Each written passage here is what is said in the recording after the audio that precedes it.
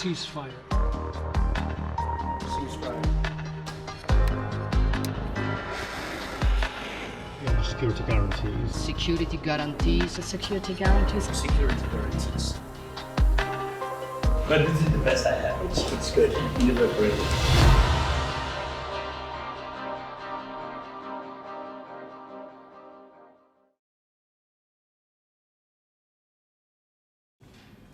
The White House is no stranger to summits. It has hosted dozens of leaders over the years, and yet yesterday was special.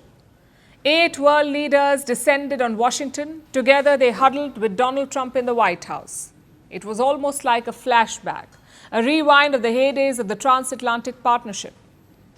Let's look at the attendees first. Like I said, 8 leaders were at the White House. Ukraine's President Zelensky, French President Emmanuel Macron, German Chancellor Friedrich Merz, Italian Prime Minister Giorgia Meloni, Finnish President Alexander Stubb, UK Prime Minister Keir Starmer, EU President Ursula von der Leyen, and NATO Chief Mark Rutte.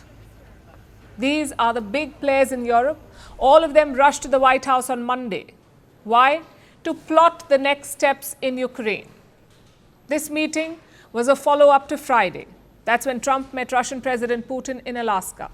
He got a feel of where the Russians stood. Now it was time to meet the other side, the Europeans. And how did it go? Well, the optics were extremely good. The White House was buzzing with diplomats and translators. Europe turned up the flattery to an 11. Trump soaked in all the attention and the cameras loved every minute of it. But beyond the symbolism, what did this summit achieve? There were 3 main highlights. Number 1, there could be a meeting between Putin and Zelensky. Says who? Donald Trump. He called up Putin after yesterday's summit, and the US says Putin is ready to meet Zelensky. Now, just to be clear, the Russians have not confirmed this. But Trump has made the announcement anyway. Listen to what he said.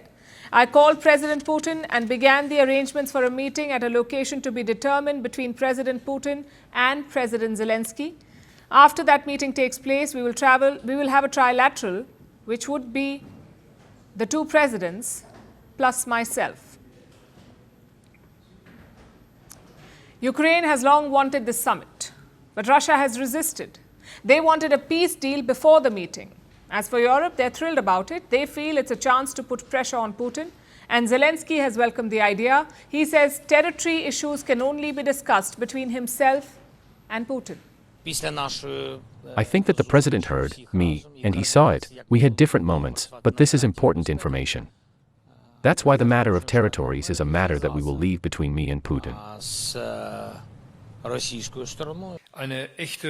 The American president spoke with the Russian president on the phone and agreed that there will be a meeting between the Russian president and the Ukrainian president within the next 2 weeks. This meeting is to take place at a location that has yet to be agreed upon. So we have the agenda and the timeline. Zelensky wants to discuss territories with Putin, and the timeline is around 2 weeks. If confirmed, this would be significant. Putin and Zelensky have met only once before. That was in 2019, before the war.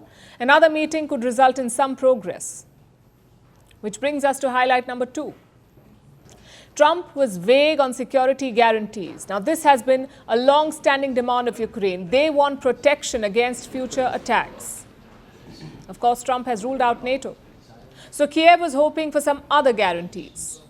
And remember, Europe is already on board on this one, on security guarantees. But Ukraine wants the US to join as well. Here's what Trump told Zelensky. There'll be a lot of help. When it comes to security, there's going to be a lot of help. It's going to be good. They are first line of defense because they're there. They're Europe. But we're going to help them out also. We'll be involved. So Trump is putting the onus on Europe. He says Europe is the first line of defense. And America? Trump says they will be involved, which is not very encouraging for Zelensky, but he's going with the flow for the moment. Zelensky wants a clear signal of US guarantees. He says they will be decided in 10 days. It is important that the United States is sending a clear signal that it will be among the countries helping to coordinate and will also be a participant in the security guarantees for Ukraine. I believe this is a major step forward.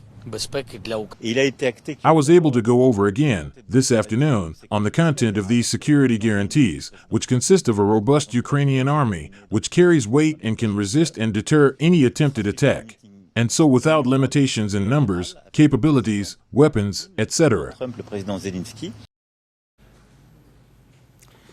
There's also talk of an arms deal, a whopping $90 billion agreement. This will involve Ukraine buying US weapons, things like warplanes and air defenses. Macron also hinted at this. He says Ukraine must be allowed to have a robust army. Chances are Russia will not allow that. They will want Ukraine to be demilitarized. There is also talk of a mutual defense commitment, a promise to defend Ukraine in the future. It's a bit like NATO's Article 5. This article, Article 5, says that if one NATO member is attacked, all of them will hit back. The idea is to give this protection to Kiev. Basically, NATO without joining NATO. The proposal came from Italy's Giorgia Meloni. We have been invited to contribute with diplomatic proposals, and we are pleased that the starting point for security guarantees is an Italian proposal to build effective security guarantees inspired by Article 5 of the NATO-Washington Treaty. Clearly, we have to work on this.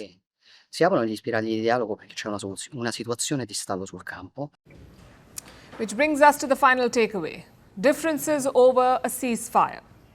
Trump has abandoned his pursuit of a ceasefire. He wants a package peace deal, basically one deal to end the fighting and its root causes. One deal to cover all of it. But Europe is not on board. Several European leaders still want a ceasefire. They feel it is the first step to peace. To be honest, we all would like to see a ceasefire, the latest from the next meeting on. I can't imagine that the next meeting would take place without a ceasefire. In the 6 wars that I've settled, I haven't had a ceasefire. We just got into negotiations, and one of the wars was, as you know, in the Congo was 31 years long. Another one that we settled last week with 2 great countries was 35 years going on, and we had no ceasefire. So if we can do the ceasefire, great.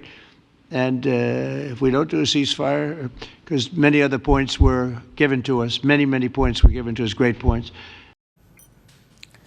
That sums up the summit. There is hope of a Putin-Zelensky meeting. There is confusion about US guarantees, and there are differences over a ceasefire. What about the other side? I'm sure Russia was watching the summit keenly. We've heard multiple reactions already. Former President Dmitry Medvedev was at it again. Listen to what he said. I'm quoting, "The anti-Russian warmongering coalition of the willing failed to outplay Trump on his turf. Europe thanked and sucked up to him." Harsh as always. But what about the official position? Foreign Minister Sergei Lavrov has responded. He made 2 crucial claims. Number 1, Ukraine will have to give up territory. Territorial changes are often an essential component of conflict resolution. There are many such examples. I would like to emphasize once again that we have never talked about the need to seize any territories. Neither Crimea, nor Donbass, nor Novorossiya as territories have ever been our goal. Our goal was to protect Russian people who lived on these lands for centuries.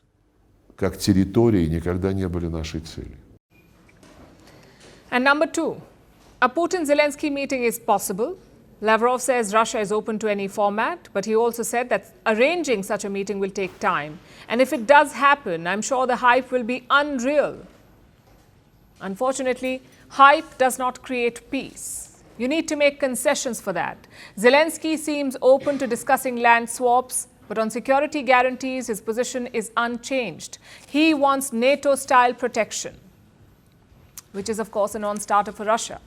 So while the prospect of a summit is great, it is not enough. What we need is the prospect of peace. Firstpost now available in 9 languages on YouTube. English, Stands at $36 trillion. French, Le FMI, comme German, Geschäftsführenden Direktor, Hindi, $30 trillion kakaljo. Indonesian, Pemerintah tanpa pemeriksaan. Italian, Sekali radikali. Japanese, 4 兆ドル以上も Portuguese, por causa do próprio balanço patrimonial. Spanish. Beautiful bill. Go to Settings, Click on Audio Track and select a language of your choice. Be the first to know what's happening around you in your first language. Firstpost.